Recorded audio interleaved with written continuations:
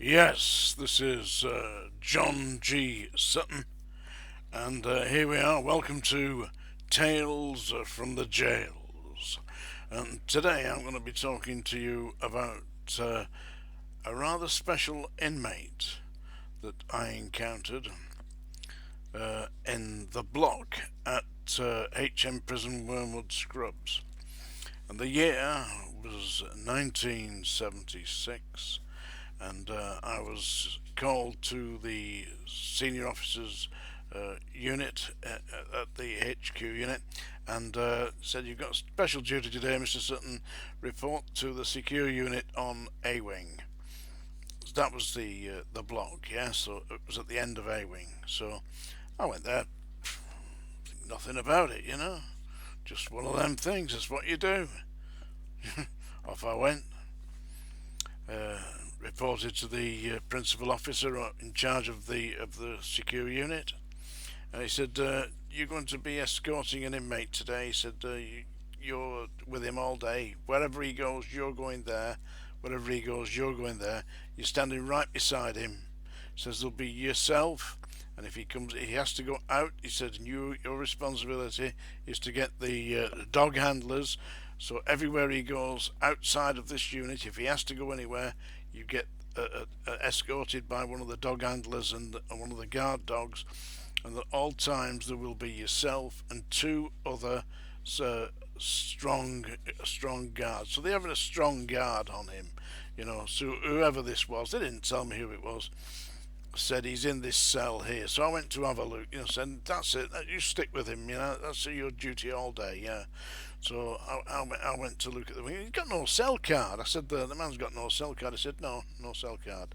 I said, "Who is it?" He said, "You don't need to know who it is. All you need to know is that you are in charge of this particular detail, and that's your responsibility today." He said, "He's going to go for a shower. A shower unit. He's due for a shower today, and he's going for a shower at about 10:30 this morning. The shower unit will be cleared. There'll be nobody else in there, but you're taking him. He's having his shower, and then you will bring him back. As he's got to leave the secure unit, you've got to have the dog handlers with you and two strong guards." So, okay. I sorted all that out. Spoke on the telephone to the officer in charge of the bathing unit, the shower unit. And he said, "Yes, I'm expecting this." He said, "It will be absolutely cleared. There'll be nobody here." So comes to be about 25 past 10. I unlocked this guy's cell. I said, "Right, you're going for a shower now. Get yourself ready." And I looked at him. He wasn't a particularly big man. He was just about my height, really, but extremely muscularly built, barreled chest. He didn't speak to me, just looked at me and kind of acknowledged that he understood what was happening, and followed my instructions. I had two other further officers with me. We came out of the secure unit. There was a dog handler waiting for us, and with this man by my side, handcuffed to me, I handcuffed him to me. Man by my side, we went to the bathing unit, which was in the next block, and into the bathing unit. It was between the next block, and into the bathing unit. Into there, and he said, indicated that he needed to go to the urinals. He needed to go for a pee. So I took him into the toilet, still handcuffed to me. And this guy, believe this or not, he deliberately pissed all over my shoes, my boots. I wore at the time. I was wearing DMS. That's boots, army issue boots. I really liked them at the time. They were good for my feet. Anyway, but he deliberately stood at the side of me, and instead of aiming at the urinal, he aimed at my feet. And it was a kind of sinister smile upon his face, as if to say, "What are you going to do about that, you bastard?" I said, "Right, you come on out." And I gave him a good tug, on the old handcuffs.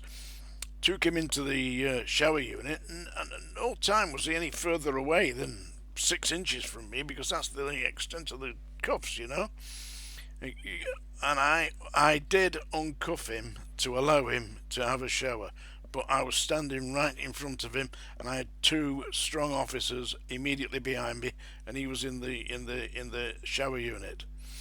with the dog handler. The dog handler was in there with us, a bloody great big Alsatian dog. So this guy, kit off, gets in there as a shower. What a big muscular man, you know. And has his shower, washes his hair and all that.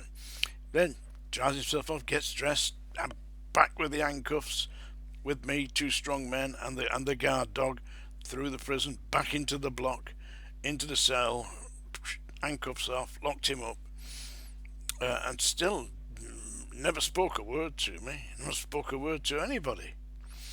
So we gets through the day like that. Every time he didn't come out for his meal, we took his meal to him.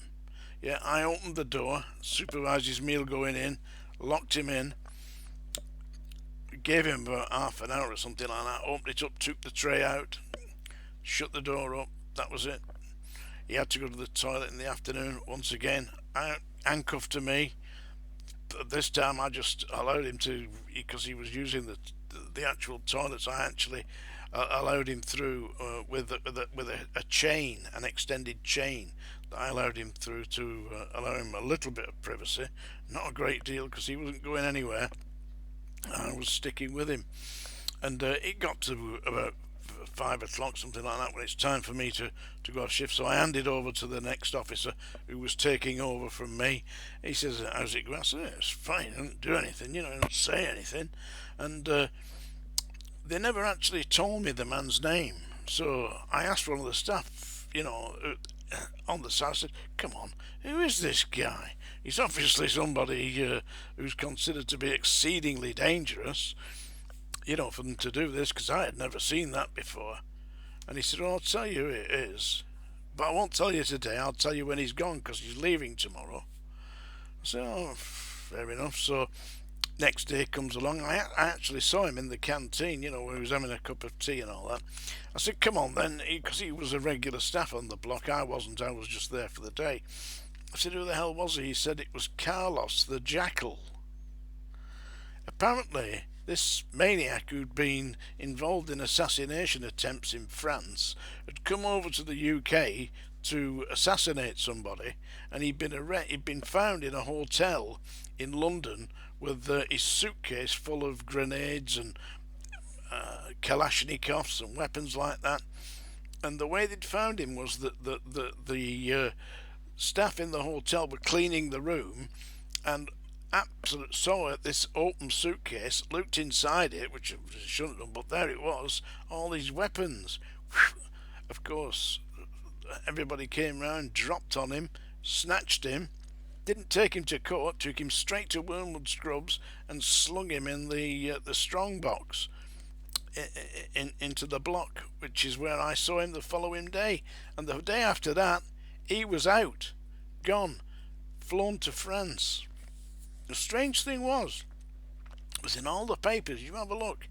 Carlos the Jackal. When he got to France, he was supposed to be taken over by the special forces in France, who were escorting him to a top security prison. Just like the Scrubs, because that was top security. Yeah. And he escaped. How was that? I know what my theory is, that he was on a mission from the government to commit an assassination.